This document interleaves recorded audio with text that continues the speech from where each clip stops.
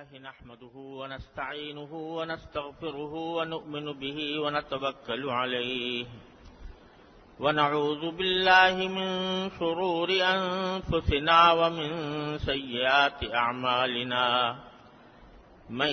يهده الله فلا مضل له ومن يضلله فلا هادي له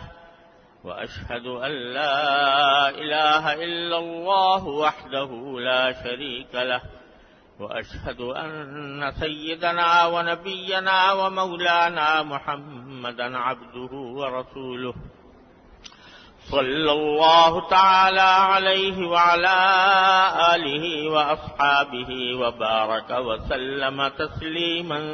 كثيرا أما بعد فأعوذ بالله من الشيطان الرجيم بسم الله الرحمن الرحيم ونفس وما سواها فألهمها فجورها وتقواها قد أفلح من زكاها وقد خاب من دساها آمنت بالله صدق الله مولانا العظيم. یہ سورہ والشمس کی آیتیں ہیں جو میں نے ابھی آپ کے سامنے تلاوت کی. پچھلے جمعہ میں اس کی تفسیر شروع کی تھی اور یہ عرض کیا تھا کہ اس سورت کی ابتدائی آیتوں میں اللہ تبارک و تعالی نے کچھ قسمیں کھائی ہیں اور انہی قسموں میں سے ایک قسم یہ ہے کہ وَنَفْسٍ وَمَا سَوَّاهَا، کہ قسم ہے انسانی جان کی، وَمَا سَوَّاهَا، اور اس ذات کی جس نے اس کو ٹھیک ٹھیک بنایا. اور یہ قسم کھا کر اللہ تبارک و تعالی نے فرمایا کہ قد افلح من زکاہا، جس کسی شخص نے اپنی جان کو پاک صاف رکھا وہ کامیاب ہو گیا. وقد خاب من دساہا، اور جس نے اپنی جان کو گناہوں کی دلدل میں دھسا دیا وہ نامراد ہوا. ان آیتوں میں اللہ تبارک و تعالی نے پہلے تو ہم جیسے غافل انسانوں کو متوجہ فرمایا ہے کہ خدا کے لیے کبھی کبھی اپنے وجود کی تخلیق کے انداز پر غور کر لیا کرو. کس طرح اللہ تعالی نے تمہاری تخلیق کی ہے. تمہارے سر سے لے کر پاؤں تک، سر کے بالوں سے لے کر پاؤں کے ناخن تک ایک ایک چیز ایسی ہے جو اللہ تبارک و تعالی نے انتہائی حکمت کے ساتھ بنائی ہے. ایسی حکمت کے ساتھ کہ آج ہزارہا سال گزر گئے انسان کو اپنے وجود کی تحقیق کرنے میں کہ کون سا عضو کیا کام کر رہا ہے اور کس طرح کر رہا ہے. آج بھی سائنس اپنی ہزار ترقیات کے باوجود پورے وجود کے تمام اعضاء کی کیفیات کا احاطہ نہیں کر سکی. جسم کے کتنے حصے ایسے ہیں جن کے بارے میں آج بھی سائنس یہ کہتی ہے کہ ہمیں نہیں معلوم کہ ان کا فنکشن کیا ہے، ان کا عمل کیا ہے. اور اسی وجہ سے بعض حصے ایسے ہیں جہاں پر ڈاکٹر اور سرجن آپریشن نہیں کرتے اس لیے کہ پتہ نہیں کہ ان کو چھیڑنے سے انسانی بدن کے کس جز کے اندر خلل واقع ہو جائے گا. تو ساری مدت ہزارہ سال کی گزر گئی ہے، اس کو غور کرنے پر پھر بھی اس کے تمام حکمتوں کا احاطہ انسان نہیں کر سکا. لیکن سامنے کی بات جو ہر آدمی کے دیکھنے کی ہے، کس طرح اللہ تبارک و تعالی نے مجھے آنکھیں دی ہیں، کس طرح اللہ تبارک و تعالی نے مجھے کان دیے ہیں، کس طرح مجھے اللہ تعالی نے میری زبان کو بولنے کی طاقت عطا فرمائی ہے. یہ گوشت کا ایک لوتھڑا ہے لیکن اللہ تبارک و تعالی نے اس کے اندر بولنے کی صلاحیت اس طرح عطا فرما دی ہے کہ اس کا دماغ کے ساتھ ایک کنیکشن اس طرح کا قائم ہے کہ ادھر دل میں ذہن میں ایک خیال آتا ہے اور وہ فوراً زبان کی طرف ٹرانسمٹ کر دیتا ہے اور وہ زبان اس کو بول کر دوسرے تک پہنچا دیتی ہے۔ اللہ تبارک و تعالیٰ کی تخلیق پر غور فرمایا کہ جس نے اس کو ٹھیک ٹھیک بنایا، یعنی حکمتوں کے عین مطابق بنایا، کس طرح تمہارا دماغ کام کر رہا ہے، کس طرح تمہارا دل کام کر رہا ہے، کس طرح تمہارے اس چھوٹے سے علاقے میں کیا کیا سرکاری مشینریاں لگی ہوئی ہیں۔ تم ذرا سا بھوک مٹانے کے لیے، اپنا ذائقہ درست کرنے کے لیے کوئی چیز کھا لیتے ہو، تمہیں پتہ نہیں ہوتا کہ یہ جا کر اندر کیا کام کرے گی، لیکن اللہ تعالیٰ کی بنائی ہوئی مشینیں ہیں جو اپنا کام کر رہی ہیں۔ معدہ اس کو ہضم کر رہا ہے، جگر اس سے خون بنا رہا ہے، گردہ اس میں سے فضلے کو نکال کر غیر ضروری پانی باہر پھینک رہا ہے، آنتیں اپنا کام کر کے فضلے کو باہر پھینک رہی ہیں۔ تمہارے بس میں تھا کہ تم یہ کام کر لیتے۔ اگر کسی کا ذرا سا نظام میں خلل واقع ہو جاتا ہے تو دیکھو ہسپتال میں جا کر کے اس کا کیا حشر بنتا ہے، کتنی نلکیاں اس کو لگائی جاتی ہیں، کتنے آلات اس کے اوپر لگے ہوتے ہیں، اور پھر بھی وہ کام نہیں ہو پاتا جو اللہ تبارک و تعالیٰ نے بے مانگے اور مفت ہمیں عطا فرما رکھا ہے۔ تو اللہ تبارک و تعالیٰ نے پہلے تو توجہ دلائی ہے کہ دیکھو اس ذات کو دیکھو جس نے اس وجود کو پیدا کیا اور اس کو ٹھیک ٹھیک بنایا۔ ٹھیک ٹھیک بنانے کے معنی یہ کہ اس کا ہر عضو اور ہر جز اللہ تعالیٰ کی حکمت بالغہ اور قدرت کاملہ پر دلالت کرتا ہے۔ پھر اللہ تعالیٰ فرماتے ہیں کہ یہ عجیب و غریب وجود ہم نے بنا دیا۔ اگر دیکھا جائے تو اس پوری کائنات میں انسان سے زیادہ عجیب مخلوق کوئی اور نہیں ہے۔ جتنے عجائب اس کے اندر پائے جاتے ہیں کسی اور مخلوق میں نہیں پائے جاتے ہیں۔ یہ وجود ہم نے ٹھیک ٹھیک بنا دیا۔ پھر فرمایا کہ فَأَلْهَمَهَا فُجُورَهَا وَتَقْوَاهَا، اس کے دل میں ڈال دیے گناہ کے تقاضے بھی اور تقوی کے تقاضے بھی، یعنی اللہ تبارک و تعالیٰ سے ڈر کر گناہ سے بچنے کے تقاضے بھی۔ انسان کو دونوں قسم کی صلاحیتیں عطا فرما دی۔ تم گناہ بھی کر سکتے ہو اور تم گناہوں سے بچنا چاہو تو بچ بھی سکتے ہو، اللہ تعالیٰ کی اطاعت میں بھی زندگی گزار سکتے ہو۔ یہی تمہارا امتحان ہے کہ یہ خوبصورت کارخانہ وجود جو ہم نے تمہیں عطا کیا ہے اس کو تم ٹھیک استعمال کرتے ہو اللہ تعالیٰ کی رضا کے مطابق، اللہ تعالیٰ کے احکام کے مطابق، یا اس کو غلط استعمال کر کے تم اس وجود کو دھسا دیتے ہو گناہوں کی دلدل میں، معصیتوں کی دلدل میں، کفر اور شرک کی دلدل میں۔ یہی تمہارا امتحان ہے۔ تو اللہ تعالیٰ نے جو عضو ہمیں عطا کیا ہے اگر دیکھو تو اس کے اندر، ہر عضو کے اندر یہ صلاحیت ہے کہ اگر چاہے تو اس کو اللہ کی نافرمانی میں استعمال کرے، اور اگر انسان چاہے تو اس کو اللہ تعالیٰ کی فرما برداری میں استعمال کرے۔ دیکھو یہ آنکھ ہے، یہ آنکھ ہے، اگر کوئی بندہ اس کو صحیح استعمال کرے، تقوی کے ساتھ استعمال کرے، تو اس کا اجر و ثواب دیکھو۔ حدیث میں آتا ہے کہ نبی کریم سرور دو عالم صلی اللہ علیہ وسلم نے ارشاد فرمایا کہ جو شخص اپنے والدین پر محبت کی نگاہ ڈالتا ہے، محبت سے اپنے والدین کو دیکھتا ہے، تو اس کو 1 حج اور عمرے کا ثواب ملتا ہے۔ یہی نگاہ ہے، اس کو تم نے والدین کو محبت سے دیکھنے کے لیے استعمال کیا تو اللہ تبارک و تعالیٰ تمہیں حج اور عمرے کا ثواب دے رہے۔ یہ ہے کہ جس طرح تم نے اس کو پاکیزہ بنا کر استعمال کیا۔ حدیث میں آتا ہے کہ اگر ایک حدیث میں مروی ہے کہ رسول کریم صلی اللہ علیہ وسلم کا نے ارشاد فرمایا کہ شوہر باہر سے گھر آیا اور اس نے اپنی بیوی پر محبت کی نگاہ ڈالی، اور بیوی نے شوہر کے اوپر محبت کی نگاہ ڈالی، تو اللہ تعالیٰ دونوں کو رحمت کی نگاہ سے دیکھتے ہیں۔ یہ نگاہ کا صحیح استعمال ہوا،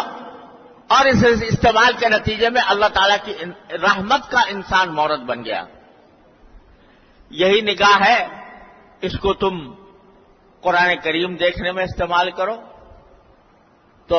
قرآن کریم کو صرف دیکھنا بھی عبادت ہے۔ یہی نگاہ ہے، اس کو کعبہ شریف کے دیکھنے میں استعمال کرو، یہ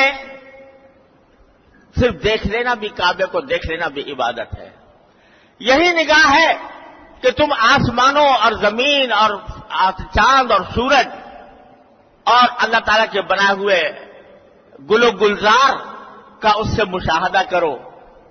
اس سے اپنی طبیعت کو بھی خوش کرو، اور اس سے اللہ تبارک و تعالیٰ کی حکمت بالغہ اور اس کی قدرت کاملہ کی طرف تمہارا دھیان جائے، تو یہ نگاہ کا صحیح استعمال ہے، اس کے اوپر بھی اجر و ثواب ہے۔ لیکن یہی نگاہ العیاذ باللہ اگر ناجائز کاموں میں استعمال ہو، کسی نامحرم پر لذت لینے کے لیے، کسی نامحرم پر نگاہ ڈال کر اس سے لذت لینے کے لیے آدمی استعمال کرے، تو فرمایا یہ آنکھوں کا زنا ہے، آنکھوں کی زنا کاری ہے، یہ گناہ ہے۔ یہ تم نے اس دی ہوئی آنکھ کو غلط استعمال کر دیا، اور بجائے اس کو پاکیزہ بنانے کے اس کو تم نے معصیت میں دھسا دیا۔ اس نگاہ کے ذریعے اگر تم کسی کے اوپر حقارت کی نگاہ ڈالو، کسی بھی انسان کو تم حقارت کی نگاہ سے دیکھو، تو یہ نگاہ کا غلط استعمال ہے، اس کے اوپر گناہ ہے، اللہ تعالیٰ کی طرف سے پکڑ ہوگی۔ اس طرح تم نے نگاہ کو غلط استعمال کر کے معصیت کی دلدل میں دھسا دیا۔ اور اسی طرح اللہ تعالیٰ نے زبان عطا فرمائی ہے، یہی زبان اگر تم استعمال کرتے ہو اللہ تعالیٰ کے ذکر میں، تو اتنا عظیم ثواب کہ حدیث میں آتا ہے کہ سبحان اللہ کا کلمہ بندہ بولے، زبان سے نکالے، تو اس سے اس کا میزان عمل کا پلہ بھر جاتا ہے۔ الحمدللہ کہنے سے، سبحان اللہ کہہ دینے سے، اللہ تعالیٰ کا ذکر کر دینے سے، کسی طرح بھی ذکر، تو اس کے ذریعے تمہاری نیکیوں کے انبار جمع ہو جاتے ہیں۔ اسی زبان کو تم تلاوت قرآن میں استعمال کرو تو ایک ایک حرف پر 10 نیکیاں مل رہی ہیں۔ اسی زبان کو اگر تم کسی ٹوٹے ہوئے دل، جس کا دل ٹوٹا ہوا ہو، اس کی تسلی کے لیے استعمال کر لو، اس کو تسلی دینے کے لیے، دلاسا دینے کے لیے استعمال کرو، تو تمہارے لیے جنت کے محلات تیار ہو رہے ہیں۔ حدیث میں فرمایا نبی کریم صلی اللہ علیہ وسلم نے کہ کسی عورت کا اگر بچہ گم ہو گیا ہو اور کوئی جا کر اس کو تسلی کے الفاظ اس سے کہے، تسلی دے اس کو، تو کسی یا بردن فی الجنہ، اس کے اس عمل کی وجہ سے جنت میں اس کو بہترین چادروں کا تحفہ دیا جائے گا اللہ تعالی کی طرف سے۔ تو کسی غمزدہ کے غم کو دور کر دینا، کسی مصیبت رسیدہ انسان کو تسلی دے دینا، یہ زبان کا صحیح استعمال ہے۔ اسی زبان کو اگر تم استعمال کرو، دو مسلمانوں کے درمیان تنازع ہے، لڑائی جھگڑا ہے، اس زبان کو تم استعمال کر رہے ہو ان کے درمیان مصالحت کرانے کے لیے، ان کے جھگڑے کو ختم کرنے کے لیے، تو یہ زبان کا بہترین استعمال ہے۔ اللہ تبارک و تعالی اس کے اوپر تمہیں اجر و ثواب عطا فرماتے ہیں، جنت تمہارے لیے لکھی جاتی ہے۔ یہی زبان ہے جو تم اگر اس کو اس طرح استعمال کرو کہ جس سے دوسرے کا دل خوش ہو جائے، دوسرے کا دل خوش کرنے کے لیے، جائز طریقے پر دل خوش کرنے کے لیے استعمال کرو، تو کسی بھی انسان کا دل خوش کر دینا بڑی عبادت ہے۔ غرض اس کو جائز کاموں میں اور اس کو ثواب کے کاموں میں استعمال کرنا، یہ ہے اس کو پاک رکھ۔ قد افلح من زکاہا، کہ اس تزکیے کے اندر یہ بات داخل ہے کہ تم نے اس کو صحیح استعمال کیا، سچ بولا اور حق بات کہی اور لوگوں کے دکھ درد میں تم نے ان کو تسلی دی وغیرہ، یہ سارا زبان کا صحیح استعمال ہے. لیکن یہی زبان اگر العیاذ باللہ استعمال ہو جھوٹ بولنے میں، جھوٹ بولنا، چاہے وہ جھوٹ عام حالات میں بولے کوئی آدمی یا مذاق میں بھی بول دے، مذاق میں بھی جھوٹ بولنا جائز نہیں ہے. مذاق خوش سکی جائز ہے، شگفتہ گفتگو کسی سے کرنا جائز ہے، بلکہ اچھا ہے دل خوش کرنے کے لیے، لیکن اس میں جھوٹ بولنا جائز نہیں. اگر اس کو جھوٹ بولنے میں استعمال کیا تو تم نے تو اس زبان کو جو اللہ کی تعالیٰ کی دی ہوئی مشین تھی تمہارے پاس، بے مانگے اور بے قیمت اور بے محنت اللہ تعالیٰ نے تمہیں عطا فرما دی تھی، اس کو تم نے اللہ تعالیٰ کی نافرمانی میں استعمال کیا، اس کو غیبت میں استعمال کیا، دوسرے آدمی کی کسی کی پیٹھ پیچھے اس کی برائی کرنا کہ جس سے اس کو پتہ چلے تو اس کو دکھ ہو کہ میرا اس طرح ذکر کیا گیا، اس غیبت میں استعمال کر رہے ہو، تو یہ زبان کا غلط استعمال ہے. کسی کے اوپر بہتان لگا دیا، بلا تحقیق کسی کے اوپر بہتان لگا دیا، کوئی الزام لگا دیا تحقیق کیے بغیر، جس کا تمہارے پاس ثبوت نہیں، جس کا تمہارے پاس دلیل نہیں، ایسی بات کسی کے بارے میں کہہ دی تو ڈبل گناہ، جھوٹ بولنے کا بھی اور غیبت کرنے کا بھی. یہ تم نے غلط استعمال کیا اس زبان کو، تو یہ قد خاب من دساہا اس میں داخل ہے کہ اس نے اپنے اللہ تعالیٰ کی دی ہوئی نعمتوں کو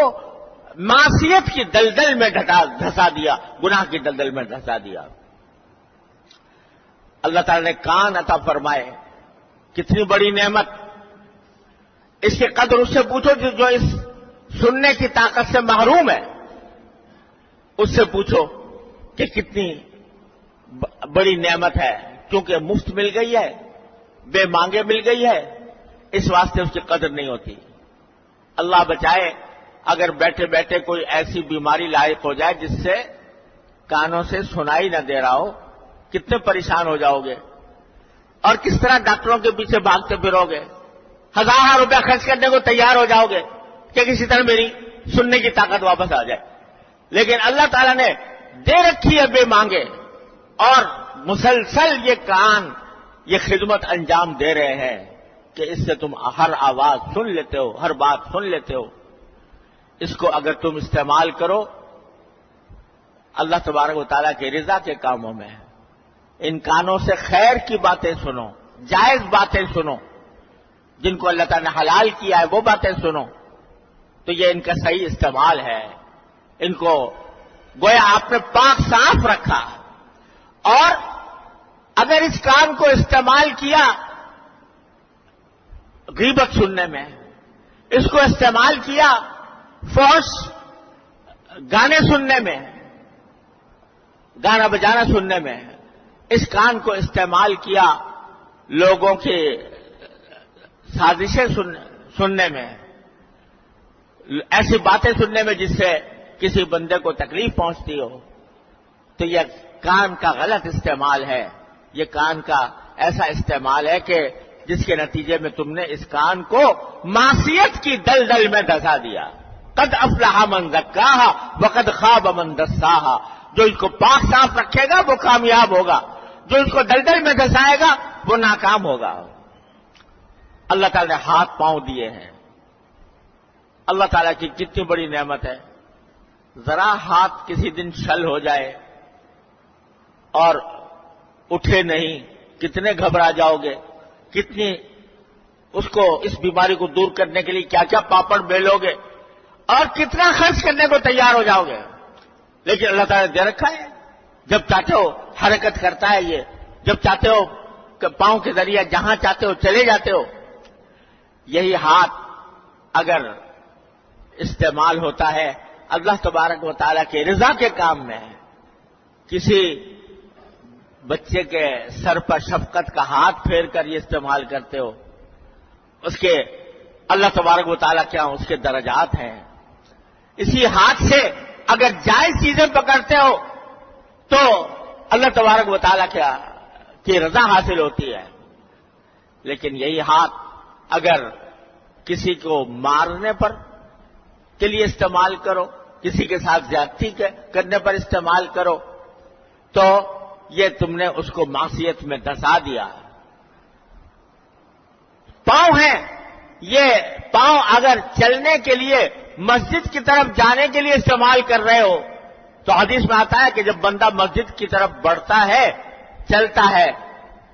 نماز پڑھنے کی غرض سے، تو ہر قدم پر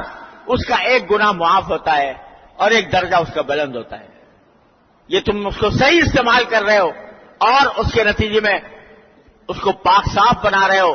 اس کو اللہ تعالیٰ کے ہاں باعث اجر و ثواب بنا رہے ہو۔ یہی پاؤں اگر کسی جائز جگہ پر جانے کے لیے استعمال کرتے ہو تو اس کے اوپر بھی اللہ تبارک و تعالیٰ راضی ہوتے ہیں اور اس کے اوپر کوئی گناہ مرتب نہیں ہوتا۔ اپنے ملنے جلنے والوں کے پاس جاتے ہو، کسی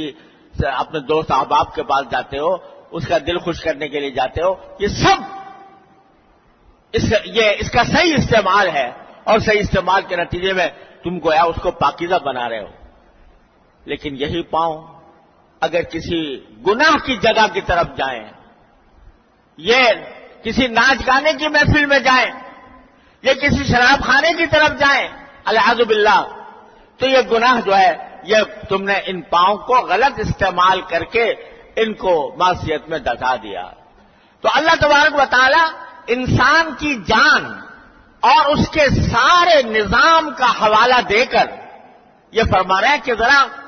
غور کیا کرو کیا کیا نعمتیں تمہارے وجود کے اندر ہم نے تمہیں عطا فرمائی ہوئی ہے،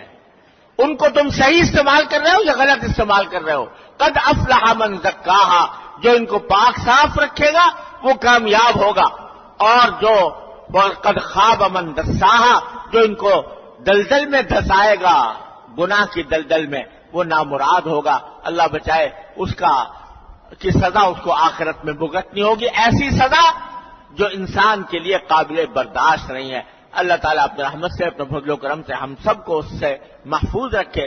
اور اللہ تعالیٰ کی نعمتوں کو صحیح استعمال کرنے کی توفیق عطا فرمائے۔ وآخر دعوانا الحمدللہ رب العالمین۔